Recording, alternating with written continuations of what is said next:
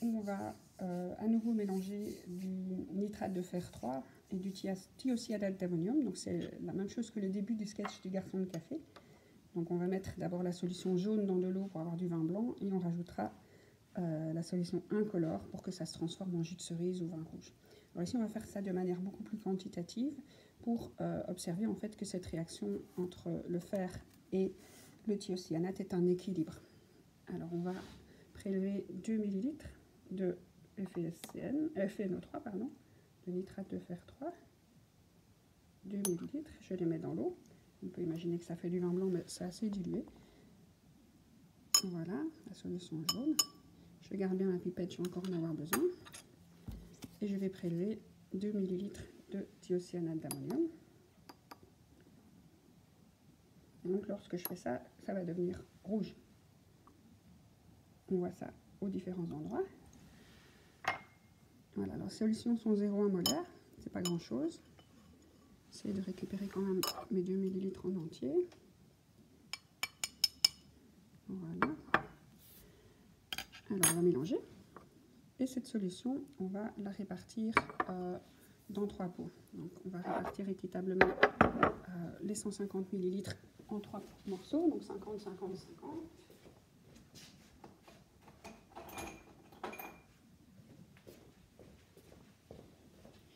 On voit qu'il y a une agitation, un mouvement brownien, enfin voilà. Donc ça c'est la solution de départ que je vais répartir dans les 3 pots. Et donc je vais avoir un pot qui va me servir de témoin et un pot, et les 2 autres pots dans lesquels je vais rajouter encore des choses. Donc je vais à peu près à 50.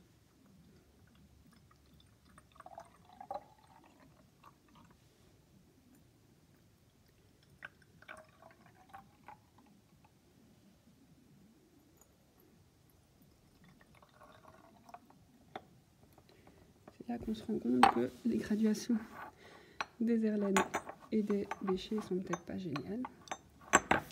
On est à peu près pareil. Donc c'est pas des récipients faits pour faire des mesures précises. Ok, donc on a à peu près le même volume dans les chaques, mais c'est pas ça qui est important. Ce qui est important, c'est vraiment la couleur et le changement de couleur qu'on va observer. Donc on voit que quand le fer rencontre du thiocyanate, il perd sa couleur jaune et devient plutôt rouge.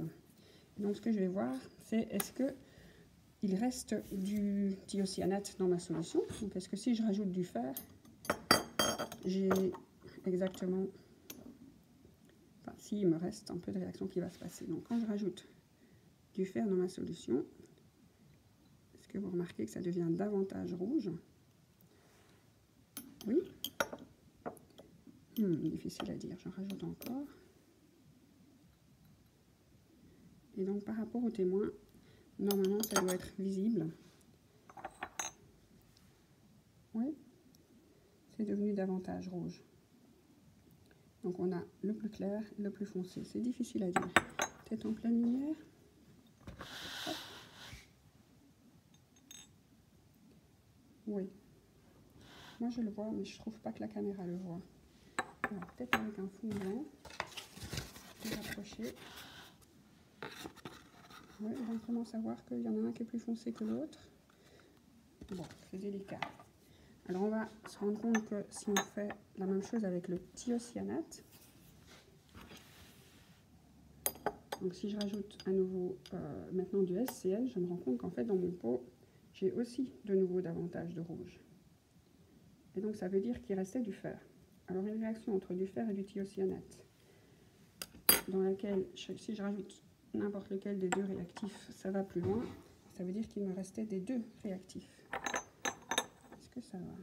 Plus foncé, plus clair au centre, plus foncé sur les 2 côtés. Oui, bon, pas génial. Et si on y va à la grosse louche, là je crois qu'on voit qu'il restait du fer. Et si on y va à la grosse louche, là on voit qu'il restait du thiocyanate. Et donc dans ma solution où j'avais déjà mélangé les 2, j'ai ma réaction qui s'était arrêtée en chemin. Donc il restait à la fois du fer, puisque j'ai réussi à faire réagir le thiocyanate avec le fer résiduel, et il restait aussi à la fois du thiocyanate, puisque quand j'ai rajouté du fer, j'ai aussi eu davantage de thiocyanate de fer. Donc ça veut dire que cette réaction entre le fer et le thiocyanate est incomplète. Elle a lieu en fait dans les deux sens, ce qui ne permet pas à la réaction d'arriver au bout des produits. Donc c'est ça la caractéristique d'un équilibre. Donc quand on étudie la réaction du début du sketch du garçon de café, donc quand on a le vin blanc, donc la solution de Fe3+, qui donne d'abord du jus de cerise, et puis quand on rajoute un petit peu encore du vin rouge, donc avec du rouge qui devient d'abord clair et puis plus soutenu, c'est une façon d'étudier un équilibre assez visuel.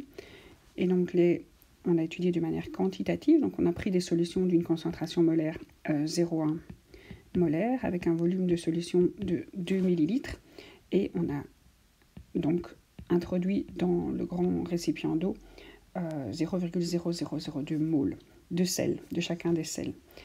Alors la réaction qui se passe entre les ions de ce sel, les ions fer3 et les ions thiocyanate, et ce qu'on ferme, c'est un complexe. Alors un complexe, c'est encore un ion, donc 3 plus 1 ça donne un ion 2 plus, et on met des crochets autour pour montrer que ces deux ions en fait restent ensemble, et c'est ça qui a une couleur rouge particulière. C'est pas un sel neutre qui précipite, c'est un ion qui reste en solution et colore la solution. Alors la quantité de fer3+ qu'il y a dans la réaction, quand on a mis les 2 ml de solution, c'est 0,002 mol. Et en fait, le nombre de moles de l'ion est égal au nombre de moles du sel quand il n'y a pas d'indice dans le sel. Si jamais on avait cherché la concentration en ion nitrate, on aurait dû multiplier par 3 la concentration du sel, puisqu'il y a 3 nitrates par molécule de sel. Mais ici, c'est le fer qui nous intéressait. Pour les SCN, la quantité d'ion SCN est aussi égale à celle du sel, parce qu'il n'y a pas d'indice au SCN. Le NH4 n'a pas d'indice non plus, et donc on a aussi un ion ammonium par sel, mais ceux-là sont des ions spectateurs. Donc les ions spectateurs et les ions acteurs, quand on a des réactions en solution où les sels sont dissociés, il y en a certains qui réagissent entre eux, mais pas tous. Alors je mets aussi la quantité des ions SCN, et on se rend compte que si on a mis exactement la même quantité de l'un et de l'autre, on a fait attention, on a pris des solutions précises, des volumes précis, eh bien, c'est ce qu'on appelle être en condition stoichiométrique. Donc il y a exactement la bonne quantité pour que les deux réagissent. Ils ont un coefficient de 1 dans cette équation, on pourrait arriver à une réaction complète pour tous les deux. Je rappelle que pour avoir une réaction complète, au moins un réactif doit réagir complètement, mais si les deux, c'est encore mieux. Donc ça, c'est ce qu'on dirait en conditions stoichiométriques. Mais ce n'est pas tout à fait ce qui se passe. Donc on a fait une réaction, et on pourrait croire sur papier qu'elle est en conditions stoichiométriques, mais en fait, on s'est rendu compte en faisant la manipulation supplémentaire que ce n'était pas ce qui se passait. Donc c'est faux. Il y a encore du fer à la fin, et il y a aussi encore du SCN, donc la réaction n'est pas complète. Alors comment est-ce qu'on a pu le voir? Alors la manip qu'on a fait, c'est on ajoute encore. Alors pour voir s'il reste du Fe de plus, il faut ajouter encore du SCN-. Donc on a rajouté un petit peu de thiocyanate d'ammonium supplémentaire. Qu'est-ce qu'on a observé? La couleur rouge s'intensifie. S'il y a plus de couleur rouge dans la solution, c'est qu'il y a plus de complexes formés. Et si vous ajoutez un seul réactif et qu'il y a des produits qui sont formés, c'est que l'autre réactif est encore là. Donc pour savoir s'il restait aussi du SCN, on a ajouté encore du Fe3+. Donc on a ajouté la solution orange et à nouveau la couleur rouge s'est intensifiée.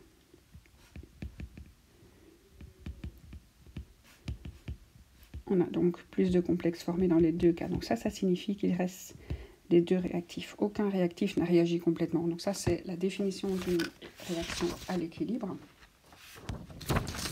Et donc on va essayer d'imaginer ce que ça donne dans un problème stoichiométrique. Donc je rappelle qu'on avait cette quantité-ci au départ. Je vais mettre un 20 pour les facilités de calcul. Et que quand un disparaissait, l'autre aussi et un apparaissait. Alors on va imaginer que la réaction se passe pas trop mal. Donc la réaction à l'équilibre, elle avance, mais elle n'est pas complète parce qu'en fait, il y a une réaction inverse qui se passe en parallèle. On va imaginer qu'on a obtenu moins que le maximum. Donc le maximum c'était 20, on va dire qu'on a obtenu 15. Et donc ce qui a disparu, c'est 15, pardon, pour que l'autre apparaisse. Hop. Donc ça veut dire qu'il nous restait encore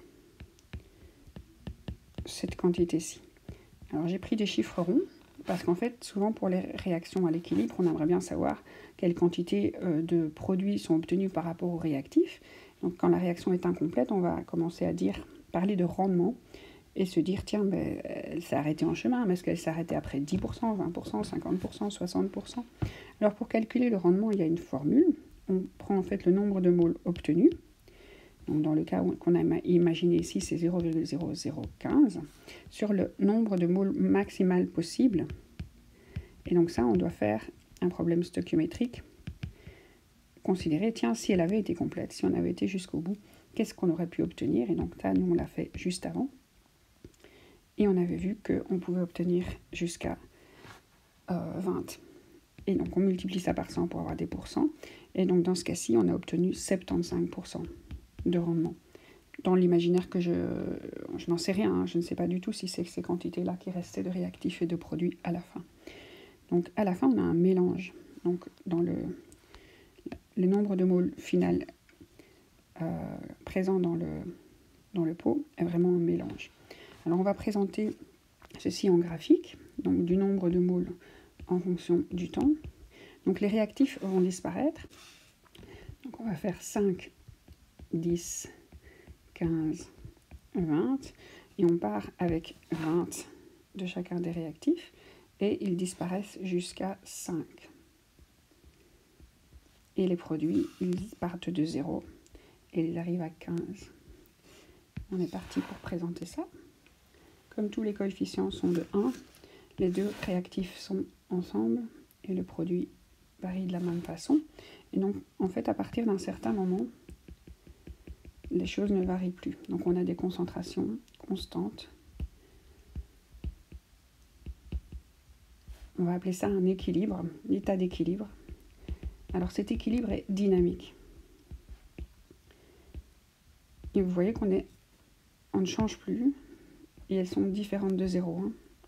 Si elles sont constantes et quand des réactifs est arrivé à 0, ben la réaction est complète et est arrivée au bout. Ici, elle n'est pas finie, puisqu'il reste des réactifs. De tous les réactifs, aucun réactif n'a atteint 0. Et donc, c'est ça qu'on appelle une réaction à l'équilibre. Et donc, la définition d'une réaction incomplète, d'une réaction à l'équilibre. Alors, ça n'a rien à voir avec la combustion complète ou incomplète qui n'avait pas assez d'oxygène. Ici, c'est vraiment une réaction qui s'arrête en chemin à l'équilibre. Sa définition, c'est aucun réactif n'a réagi complètement.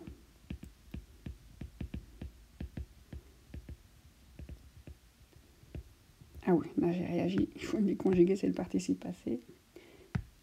On peut dire au présent aussi, aucun réactif ne réagit complètement.